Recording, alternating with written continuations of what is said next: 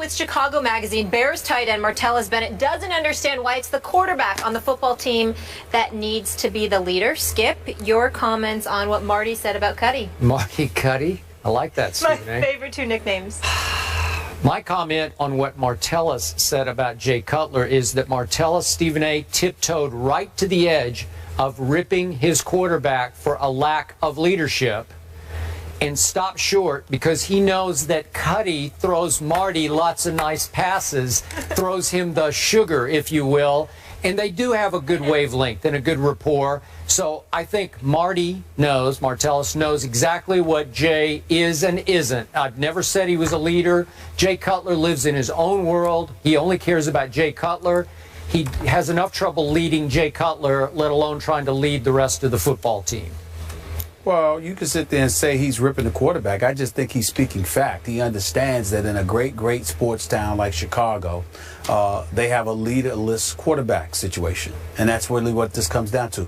We all know that Jay Cutler's a joke. We all know that he has no business being a quarterback in Chicago. We all know that he's only still there because somebody, I think it was Phil Emery, was stupid enough to overpay him and place his faith in the franchise in this man's hands. We all know this. We all know that Jay Cutler, the only time we've seen him smile was when he was signing his contract for the media to see. He basically looked everybody in the face and said, I hoodwinked all of y'all. I got my money, and we all know I didn't deserve it. This is what the situation is with Jay Cutler. He's never going to change, Skip. He's going to be the same old way, Skip. That's just the way that it is, and there's no way around it. He can play, he can throw, but he doesn't care. Yeah. He's leaderless. He's devoid of leadership ability. And that's it. I'll let you get away with that, but not joke. He is not a joke. And I'm speaking as a Vanderbilt graduate. But I'm not talking about a talent. The joke did throw that team all the way to the NFC Championship game. Am I right about that? Really? Well, one he did. One playoff appearance in 9 years. Well, really? That's what you're going to bring up? He did make a dead clock is right twice a day.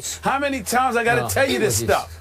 It's ridiculous. Don't get me started. I've been in a good mood, Skip. Yeah. I've been in a good mood until you brought that subject up. First it was the Knicks, but I let that slide. I didn't fall for that. But this is going too daggone far, okay? He's never going to change, Skip. He's going to be the same old way, Skip. This is who he is. It's who he is. He is not a person that is going to step up and do what's necessary to lead any team to victory. He's a dude that's going to steal money. He should be arrested for theft. Okay? Don't get me started with him. Okay, wait a second. Does Kobe Bryant steal money? Because I don't think Kobe's much of a leader, right? Kobe, excuse me.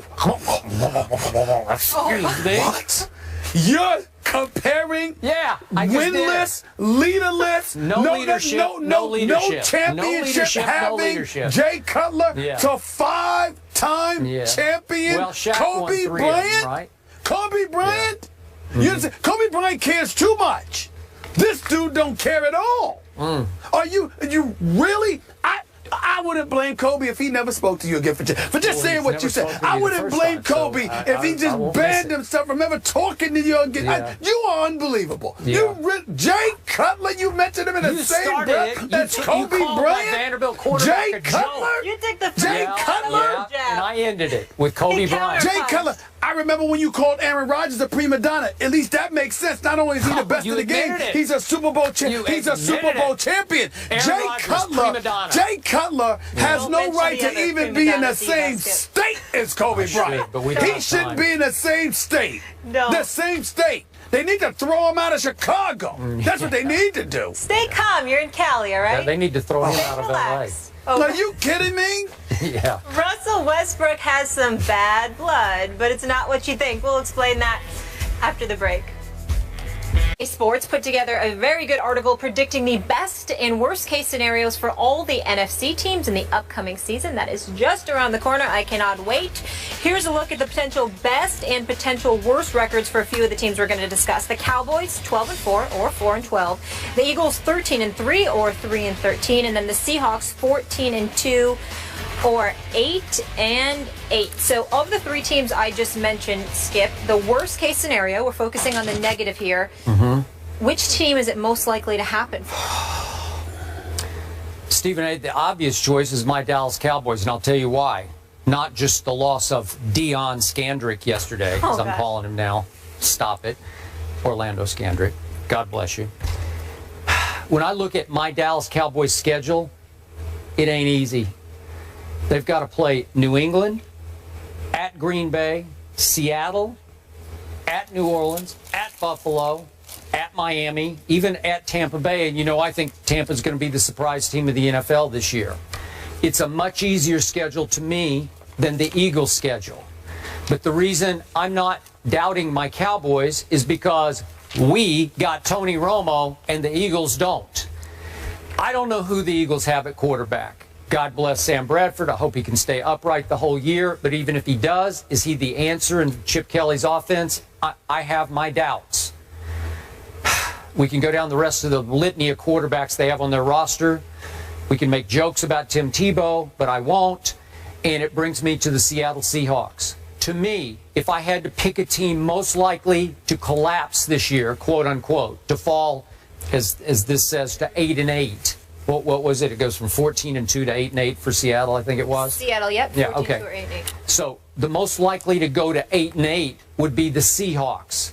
Super Bowl loser syndrome. What you have talked about the whole offseason. The internal dissension over the decision to throw the football instead of handing to beast mode on the final play of the Super Bowl. That can have a lingering effect on a team with so many strong personalities in the locker room. Now, I'm just doing worst case here, but we know Cam is holding out. That can have a negative impact on a team and on a player when he finally does sign, report, whatever he's going to do. He could be behind and get off to a bad start. Earl Thomas is coming off a serious surgery. Can he get right and stay right? We don't know. He's a high collision player. Richard Sherman decided not to have surgery on his, I think it was his elbow or his arm. And will that be the right decision going forward? Will his arm plague him all year? I don't know. So you got the whole secondary with a lot of question marks. Then you have beast mode at age 29, 9th year. Will he start to show some mileage? Sometime in this period, he will. And that brings us to the new addition, Jimmy Graham. Is he the right fit for them? We talked about it. Is he the tough guy that they need on offense to be the possession-catching tight end? Obviously, he has all kinds of ability, but is he the right psychological fit for this football team? So I could see where Pete Carroll's rah-rah wears thin this year, and they could get off to a bad start and struggle. Their schedule isn't easy. They got to go to Green Bay, go to Dallas, go to Baltimore. I could see them having a bigger struggle than either Dallas or Philadelphia. Skip Bayless, I would tell you the team most likely, in terms of a worst-case scenario, most likely for that to happen of the three teams mentioned would be the Philadelphia Eagles. When I think about Seattle and the Cowboys, that's a team. Those are two teams that are intact. Same quarterback. In Seattle's case, same running back. And the addition of a guy like Jimmy Graham, who I think would be tremendous for Russell Wilson. The defense is returning. Got to make sure they re-sign Cam Chancellor. Give that brother his money. He deserves it. And he's the ringleader on defense, Legion of Boom. In the case of the Dallas Cowboys, yeah, you've had some injuries, but you also had some guys returning like a Sean Lee. Rolando McClain ultimately will return. You look at the addition of Greg Hardy, Randy Gregory, those guys, and the pass rush they expected to have. I don't see them falling to 4-12. Plus, you got Tony Romo. You still got Dez. You still got Jason Witten. You still got Cole Beasley. You still got Terrence Williams. You don't have DeMarco Murray. That's going to be a problem for you. You'll just throw the football more. That doesn't mean you'll fall way off the wagon. Just means you may not be 4-12. You just means you're not going to be 4-12. But when you look at the Philadelphia Eagles, Sam Bradford, question mark as to how long he'll last, coming off of 2 straight ACL surgeries. Yeah, they got DeMarco Murray and Ryan Matthews running the football. We understand that. Questions at receivers, even though Aguilar, along with Jordan Matthews, is big time, they still got a lot to prove because they're both relatively young, and now they're going to be the focal point. You don't have an experienced veteran like Jeremy Maclin out there. Don't get me started with Riley Cooper. And so when you look at it from that perspective, along with the fact that the Eagles had one of the worst pass defenses in the game, yeah, you added Byron Maxwell, and you added Walter Thurman III, and I get all of that. But are they enough to bring you from, what was it? I mean, what was their defense? Their defense was ranked 28th overall, second to last against the pass. How much of an improvement can you really expect them to make? I think those are the legitimate question marks right now. I think it's undeniable, and I think you have to look at it from the perspective that if there's a team that can fall apart before our very eyes, it's the Philadelphia Eagles. I don't believe they will do it. I still think they got a shot. They probably could win the NFC East, But in terms of just this question as a worst case scenario kind of thing, if you're going to pick the Cowboys, the Seahawks, or the Eagles, I say there's a greater possibility for the Eagles to wet the bed than anybody else. Molly, this is a rare day on First Take because my partner, my brother from another mother, actually said some nice things about my Dallas Cowboys. Some positive, upbeat, and correct things about my Dallas Cowboys. Because he's in LA. He's happy. I guess so. Laid back, the sunshine. He's feeling good. He's got his blazer on. He's chilling. It's kind of true. It's right? kind of true. Yeah. Kind of true. La la. We don't call, the fellas, we don't call it Los Angeles or LA. We call it la la. Okay, just so you know, you enjoy la la. Yes. Coming up, former NFL lineman Jonathan Martin speaks out about his time in the NFL. He has very strong words. We're going to discuss those when we come back. Stay here.